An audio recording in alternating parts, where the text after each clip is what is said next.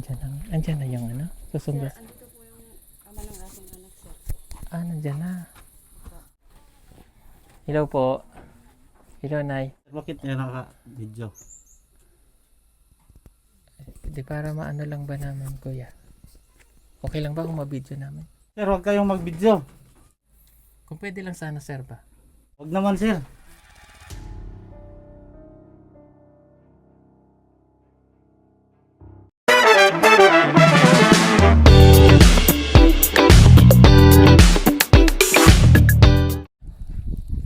Init.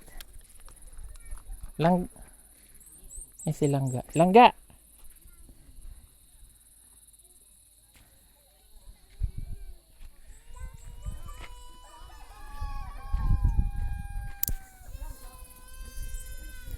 Andiyan si ate mo? Andiyan si ate? Ha? Andiyan si ate? Okay. Sige, tawagin mo. Pwede tawagin si ate. Masig nandiyan na siguro. May motor naman din. Andiyan na daw yung sabi ng ano. Ah.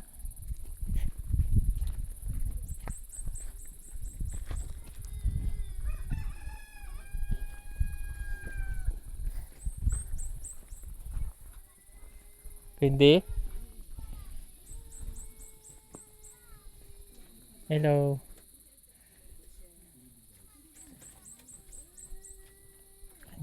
Andyan na yung ano? Susundo. Sir, andito po yung ama ng aking anak, sir. Nandyan na. Pwede ikabit ko lang to. Bis na bis ka na nga. Aalis na kayo? Po, sir. Ay, kuya. Pwede kami pumasok? Yes. Pasok tayo. Hello po. Hello, Nay. Ano si Edie to? Brad. Ano si Brad? Brad. Kuya, ako si Paul. Anong pangalan mo, kuya? Jericho po. Jericho. Ay, ikaw itong kasama niya sa una. Po, sir. Ang ama ng anak niya. Sir. Okay. Sika, sandali. So, ready na talaga. Aalis na kayo? Yes, sir. Saan mo siya dadalhin pala? Iuwi ko na sa amin, sir. Sa Tagum? Yes, sir. Okay. Ano, sir? Bakit niya naka-video? Di para maano lang ba naman, kuya? Okay lang ba kung mabidyo namin? Hindi sana, sir. Ha? Buhay ko to, sir. Hindi, kung pwede lang ba para at least kasi nakilala namin si Queenie ba? Pwede lang naman na mabidyo natin. Yung pag-alis nyo ba? Kasi tinutulungan namin sana si Queenie tsaka tong si Jerome. Nagulat lang kasi kami na babalikan mo na nga daw si Queenie. Kung okay lang sa'yo ba? Huwag sana, sir. Ano namin? Mablog natin yung pag-alis nyo ba? Huwag naman, sir. Baka masira yung mic, sir. No, alis lang ako pag ganyan. Mag-video kayo.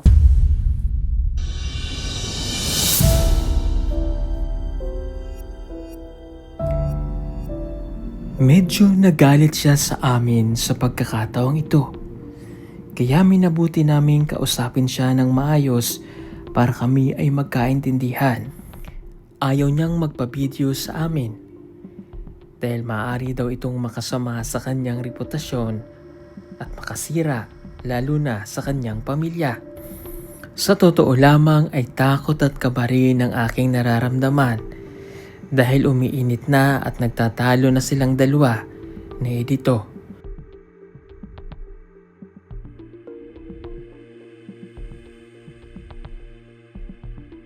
Alam mo naman siguro mga vlogger kami, Sir Paul. So, para meron din kaming ipaliwanag doon nga ganun ang nangyari. Diba? Hirap noon po nga wala kaming ipaliwanag sa lahat nga nanonood. Nga ganun na pala ang nangyari sa kanya dito. Diba dahil? Oh, pasensya na kuya kung ano man. Kung pwede lang mag-usap tayo ng maayos. Kung kaya nakikiusap lang kami sir na mag-usap muna tayo para at least malinaw po ba sa amin kung ano talaga yung ano ni Queenie. Okay lang sir, pero huwag kayong mag-video sir. Buhay ko to, baka ano, makakuan to sir ba, may makadaot ni sa kuan. Sa pag-anhin ako dire. Ano na lang sir, ganito na lang po. Kausapin lang namin pwede naman, tabi ka lang sa kanya lang namin i-focus. Okay lang ba? Okay lang sir, huwag lang sa akin, huwag lang akong ay Bisaya lang nako. O sige po. Sige sir. Okay ra sir, pero ayaw lang ko kapilag video sir. Ay nabuhi na ko ni basin mo makaguba ni sa sir. Dignidad. Video sir. Sige. Nabuhi na ko ni sir. Basin maayo makakuha ni sa Para mag-usap na lang po tayo. Upo ka lang.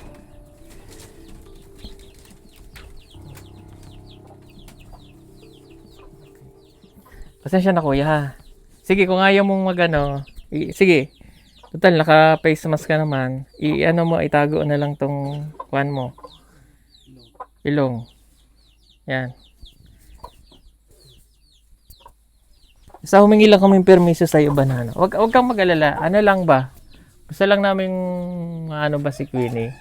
Kung ano talaga yung nasa sa loob niya. Kung siya ba talaga sasama na sa'yo. Hindi ko pinipigilan na. Gusto ko lang maintindihan yung rason niya din. Okay, tanong ko sa'yo, bakit nag-decide ka na kunin siya? Gayong iniwan mo naman siya. Ano maging sir, loy ang bata ba mudak ko nga walay amahan. Yeah. Mo na akong gianhian dire, kay gusto na ko dalon sa mua. Kay gusto ko magkapamilya po sir. Pero nabanggit niya kasi nung una, sabi niya kasi iniwan mo siya. Nganong iniwan mo siya sa una? Kan maging sir namon ko kaipon sa una pero nagbulag naman pud mi. Mo nang siya na gyud ako ang kuyogon sa mua sir. Anong trabaho mo karon? Security guard sir. Okay. So, dadalhin mo si Queenie, saan mo siya ititira? Asan mo magpuyo? Sa Tagum sir. Sarili ng balay o sa imong magulang? Maghanap lang kami sir ng rintahan. Okay. Queenie, sasama ka na talaga sa kanya? Sa panahon ngayon, napakamahal na ng kuryente kaya kailangan mo nang magtipid pero huwag ka mag-alala, meron tayong magagamit para dyan. Ang hindi naapektuhan ang bill ng kuryente. Gumamit ka ng solar tulad na lamang itong aming floodlights na 200 watts. Tunay na maasahan, matibay at hindi ka iiwanan. Hindi katulad ng iba na madaling masira. Ito, pagmatagalan talaga. Kaya kung naghahanap ka, mag-order ka na sa amin. PM ka lamang, yan nasa screen niyo po o tumawag sa mga numerong inyong makikita. Maraming salamat, order na! Bilina, sa PP Team Solar ka na. Sasama ka na talaga sa kanya? Po sir. Ay, alam mo ba yung nangyari na kinasal ulit sila? Kinasal sila dito ba sa tribo? Kay Jerome. Nung napanood mo man yung video, paano gagawin natin dun sa lalaking niya? Kinasal sila sa tribo. Alam mo ba yung batas nila? Magbabayad ka niyan. Okay lang sa'yo magbayad. Ikaw palitan mo yung gastos ni Jerome sa kasal niya? May ganun sila si dito. Paliwanag mga EDS. Mao gani na ba pag ang sa kultura monggon kapag ingon ana kuhaon nimo balik imong giipunan sa una ya karon kato kay naminyo naman to nya naggasto na ba ang patakaran sa tribo iuli gyud nimo ang kuan kanang gasto atong gikasal dire. So ang pangutanan ni Sir Paul kung unsa man kanang iuli ba nimo ang gasto ni Jerome sa pag-asawa siyang asawa ron kay kuhaon man nimo ang iyang asawa. Anong plano mo dun, sir? Kasi hindi naman pwedeng siyempre yung tao nasaktan yun eh. So sa tribo para may respeto rin tayo sa tribo nila. Kasi Bisaya ka eh. So dumayo ka rito para kunin si Queenie. So mayroong kasing nagawang kasalan dito na kahit sa katutubo yun, matibay yun sa kanila eh. So bali lang respeto natin tulad ng sinabi ni Edito. Ano mo? Kuan man ko sir, mabayad man ko kung say nagastos laki ang ako lang mabuo akong pamilya. Balag pilay kantidad na ako na magkuha na mo bayad ang ako ang makuyog na ko siya sa mua. Okay. Queenie, ikaw ba talaga desidido ang sasama na sa iyong asawa? Oo, sir. Hindi ko, sorry kung nasabi kong asawa kasi siya talaga yung ama ng kanyang anak. Hindi ka ba, sabi niya nagbablog-vlog ka daw, nag-reels ka ba? Si sir. O hindi baka gamitin mo lang si Queenie para mapansin ka? Sorry sa word ko ha, kasi syempre sumikat yan eh. Baka gamitin mo lang pang reels ba para marami kang views. Hindi sir. Mahal, Tinuod yun na sir nga nahigugmagig ko niya. Muna akong anhigan kaya rumakuyog na ko sa mua. kasi syempre ako magdududa ako eh. Sorry ha. Kasi kahit paano, ilang beses lang kami dito, nasaksihan ko yung si ni Queenie. Although wala talagang binubuo lang yung relasyon niya kay Jerome kahit ganun eh. Parang kasunduan nga lang.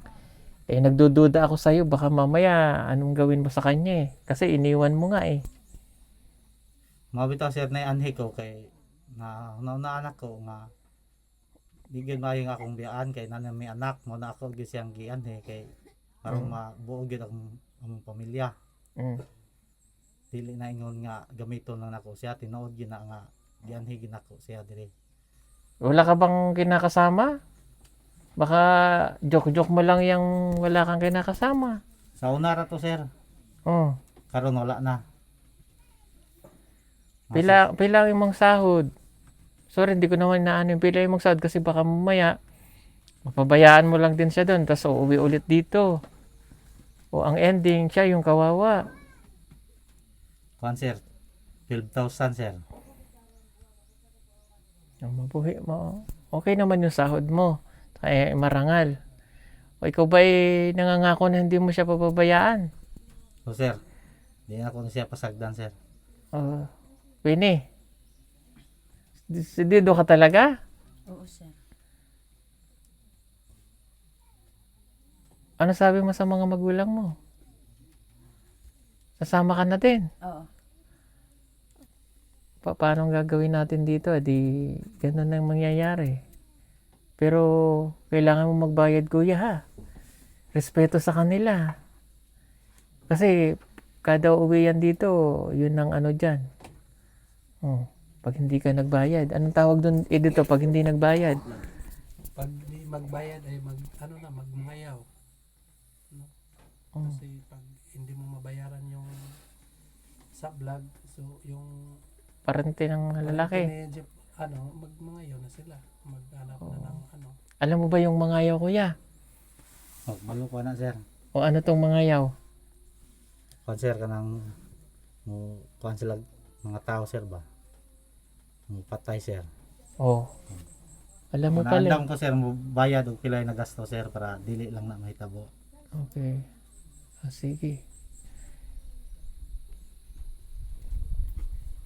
Anong pangalan ng anak nyo?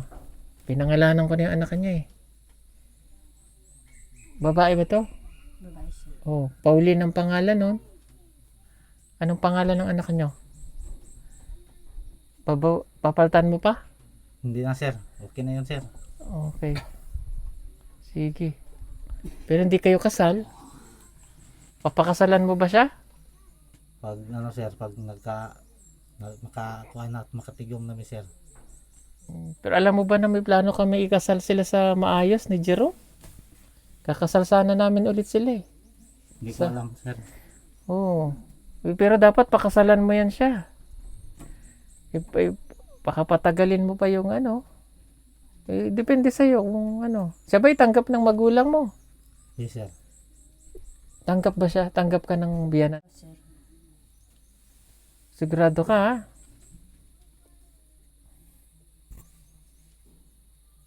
Paano gagawin natin ito? Kay Jerome. Kawawa naman si Jerome. Pinayagan ka na ng magulang mo, ano? Pero alam mo, dapat nananghid ka muna sa dato. Sa mga dato dito. Bilang respeto ba? Kasi kinasal sila eh. Nandito lahat ng mga dato. Kung ganun yung ano, yun, may kasunduan na gagawin doon. Di ba tama ako, no? Tama. Oo. Kaya hindi mo yun basta-basta madadala ngayon. Kailangan nandito lahat ng mga dato. Sinabihan ko siya na hindi niya basta-basta madadala si Quindy. Kailangan niya munang kausapin ang mga dato bilang respeto sa kanila at upang maging legal ang lahat ng wala siyang magiging problema. Kailangan sir, kausapin natin yung mga dato. O dili, sir, kay kung magbabayad sila, mubayad man ko, sir. Kay ilang man yung gikasal nga wala ko kabalo, mo nang ako siyang kwaon. Manawag magpabayad sila, mubayad man ko, dili kay ingon padaghan pang proseso. Hindi, ganun talaga sir. Ano ba, respeto ba natin? Respeto ba sa mga katutubo din? Yung bang, di ba, mga Tagalog, Bisaya, respeto nila. So, yung sa atin, respeto rin sa kanila. Kasi nga, ikinasal siya eh. Ikinasal siya sa tribo eh. Ganun kasi yun, kuya. Di Oh. man, sir, kay wala man po ko kabalo nga mao na ni iyang sitwasyon diri nga gikasal na dahil siya sa lain. Wa man po ko kabalo mo nang gusto po ko makuha na ko nga din ako daghan yung mga kasulasulon kaya ako tinud-anay man ako ang paganhi. Kaya nga sir, pinapaunawa namin sa iyo para mas maintindihan mo po.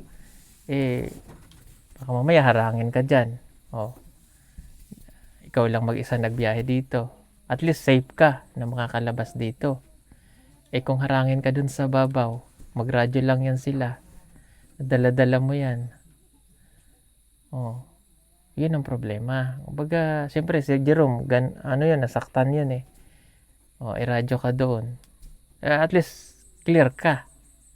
Para pag siya babalik dito, balik-balik kayo dito, safe ka. Na wala kang problema sa mga dato. Alam mo yung mga sityo na dinaanan mo? Kami, nananghid kami dyan lahat. Respeto.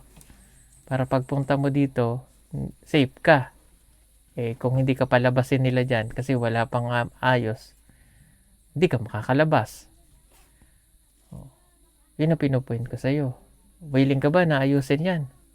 Kausapin natin mga dato dito na dadalhin mo yan. Pwede man, sir.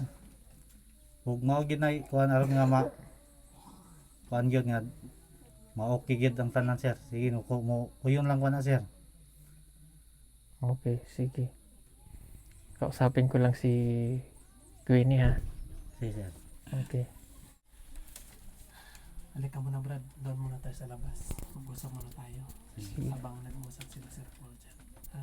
Sige kuya, sama ka muna para mas maintindihan mo yung sinasabi ko ha. Sige. Okay. Kung mag-alala, nire-respeto ka namin ha.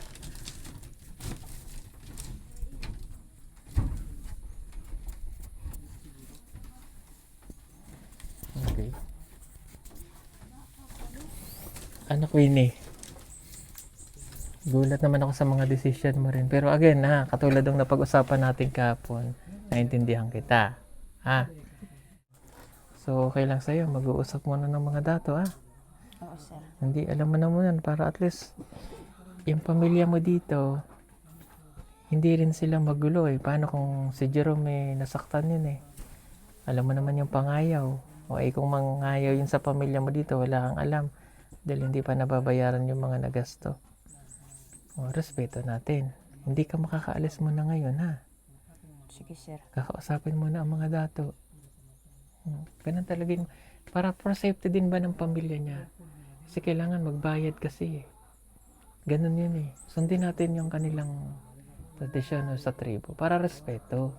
Kasi nung ikinasal ka, nirespeto nilang pamilya niya yon. Diba? Si Langga dapat ang mapapangasawa. So, ikaw yung pinalit. So, gumastos yung tao. Alam mo naman yun sa tribo ninyo. So, respeto lang natin. Ha? Yes, sir. Pero, tanungin ulit kita ha. Hindi ba nagdadalwa ang isip mo? Desidido ka na ba talaga? Ha? Nakahuna-huna jud ka na, sir, pero karon unsaon man jud ni nga ingani naman diabot. Kahuna-huna ko nga sa una nga gibian ko sa akong banang kung una nga banana ko. Si Jerome jud lang nagsalos ako. Pero karon bot sir wa na ko kabalgon sa akong buhaton. Naintindihan naman daw niya na yun nga, sa una daw iniwanan siya ng kanyang asawa, siya yung sumalo sa mga hirap na paano niya ba, siya ang sumalo si Jerome. Parang naawa kay Jerome. Oh sir. O anong plano ngayon? Hindi mo alam. Ang Ako kabalgon sa buhaton ako, sir. Kaso pinaalis mo naman kasi agad si Jerome. Sana ang ginawa mo na lang, tinimbang mo muna. Ha? Nagdesisyon ka na pinaalis mo siya. Dumating ang lalaki, ngayon, nandiyan na, sasunduin ka. Hindi naman pwedeng ang ganon. Dapat mag-usap muna kayo ni Jerome. Gusto mo siyang makausap?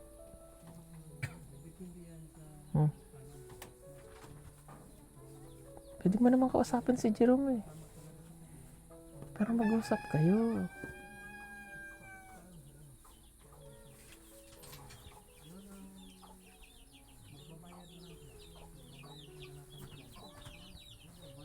Ako man gud sir ano ta koy balak mo pa pakig-istorya kang Jerome og tarong pero murag libog na pud akong mahuna-una ani kay ang papa sa bata basig masuko na pud siya kung makig-istorya pa ko kang Jerome sir. Ayun lang ang problema natin. Magalit na daw itong si ano kung kakausapin niya pa si Jerome. Ikaw, Day, anong advice mo? Settle lang sa dato. Ata ano? Tapos istorya sila tarong. Hmm. Kay para ma-plastar. Kaya ang dato man po ang mag-decide ana. Istoryahon nimo si Jerome para ayos ang inyong pagsitil sa problema. Ano lang. Kasi kung hindi natin ito isi-settle, tama si Kuya Eli, mas maganda na mag-usap muna kayo. At ipasabot natin sa mga dato ang mga... Katulad din ang nangyari dito. Bisag ilan lang dato, no? Dato sa kabila, no? Na may apil ang dato sa lalaki. Oh. Para witness, no? Yung dato po sa inyong mga side. Pwede masiguro si dato ito sa ano? Pwede. Tapos, May mga witness.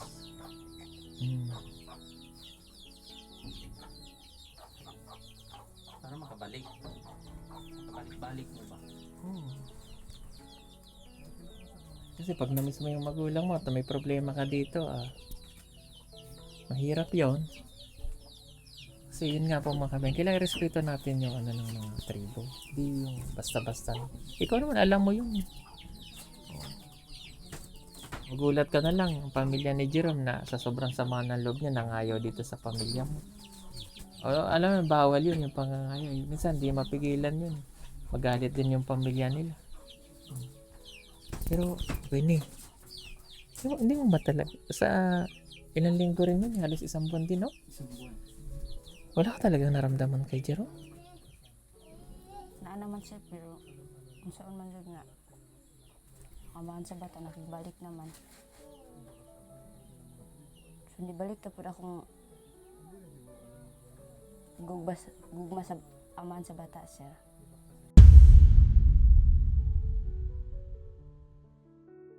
O murag nabigla ko ba?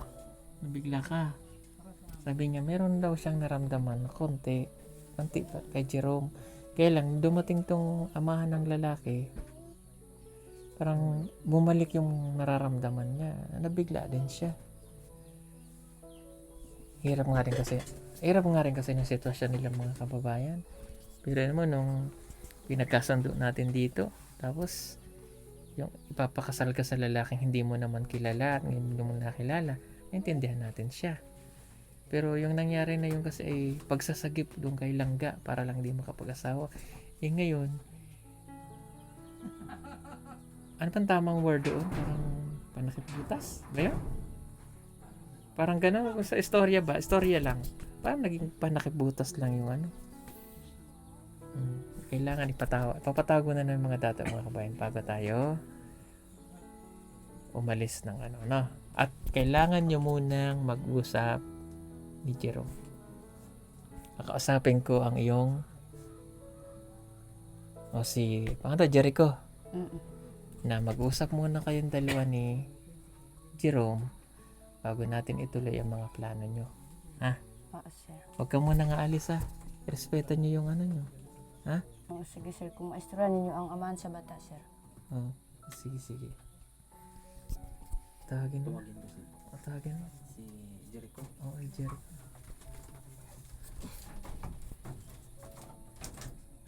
Jericho.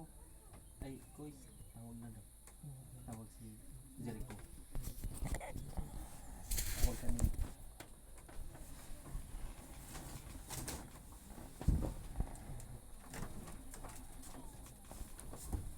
Halika.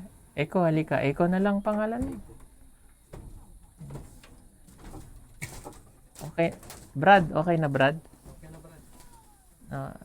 Naunawaan mo na kuya? Yes, sir. Oh. Naintindihan mo na? Yes, sir. Nakasabot po, sir. Pasensya ka na din ha. Ang gusto lang naman namin ay maayos ito. Kasi meron nga tayong isang lalaki na nasaktan din. So, hindi biro yung ginawang kasalan dito nun eh. Para respeto din natin sa kanila at huwag kang magkaroon ng problema. Tignan mo. Siya. So, okay lang ba na mag-uusap muna si Wendy at saka si Jerome? Okay ra, sir. At siyempre, sa pag-uusap na yan, kakausapin ka din niya. Maghaharap kayong tatlo. Para lamang mas maintindihan mo ano. No? Yes, sir. Naintindihan mo na.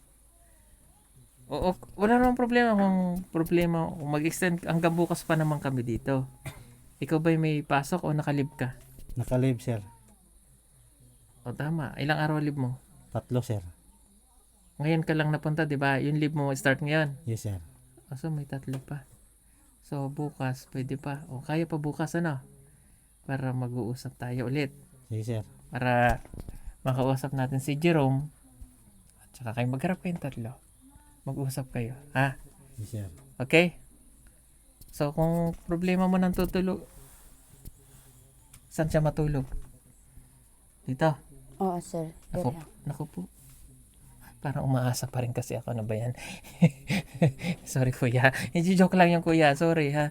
Parang iniisip ko lang kasi pagtatabi kayo siyempre mag-asawa nga kayo na ana. Kaya nasasaktan talaga ako para kay Jerome Sorry kuya kasi nasaksihan ko yung pagmamahala na binuo namin na alam mo yun na hindi namin inaasahan. Ha? Kaya ganun yung ano ko. Pero nirespeto kita ha.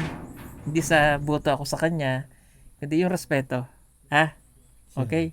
Sige po. So, ganun na lang mga kabayan, at least nagkakaintindihan tayo at nagkakaunawaan, ay bibigyan natin ng pagkakataon na makapag-usap sila. So, sa pagkakataon ito, is another, alam ko, iba may inis dyan eh. It's another episode ulit na may matututunan tayo dito. Paano tumatakbo yung ano eh. Yung ganun. Pero yun nga, yung word na respeto sa tribo.